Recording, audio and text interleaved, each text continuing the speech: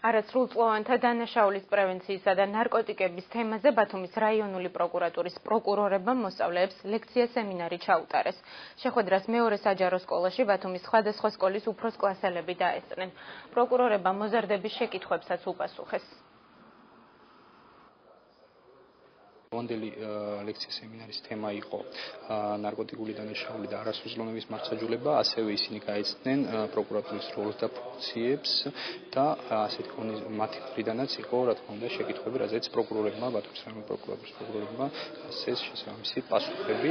აღნიშნული ღონისძიება საქართველოს პროკურატურის იგივე პროექტ საზოგადოებრივი პროკურატურის ფარგლებში ხორციელდება უბრალოდ წელია, მათ შორის ქალაქ ბათუმშიც ბათუმის რაიონული პროკურატურა არის აღნიშნულ ასე ვთქვათ ღონისძიებაში ჩართული. ნარკოტიკებზე ხელი მიუწვდებათ ახალგაზრდებსაც, არასრულწლოვანებსაც და ჩემი ტოლის ბიჭებსაც და გოგოებსაც და ამიტომ ვფიქრობ, რომ ეს ინფორმაციის მოწოდება ჩვენთვის ძალიან მნიშვნელოვანი იყო, იმიტომ რომ გავიაზრეთ თუ როგორი მავნებელია ნარკოტიკი ჩვენთვის და რა ზიანს აყენებს ჩვენს ორგანიზმს.